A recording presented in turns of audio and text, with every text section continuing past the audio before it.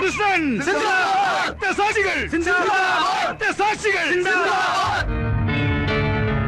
നൊന്തുപെറ്റ രണ്ട് മക്കളെയും പാർട്ടി വിട്ടപ്പ തറവാട് പിഴച്ചു എന്ന് പറഞ്ഞവരായ എന്റെ കുടുംബക്കാര്.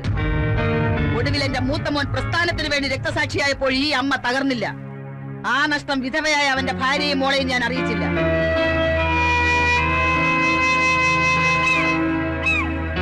കോറോത്ത് തറവാടിന്റെ രാഷ്ട്രീയ പാരമ്പര്യം ഇക്കുറി നീ കാത്തു.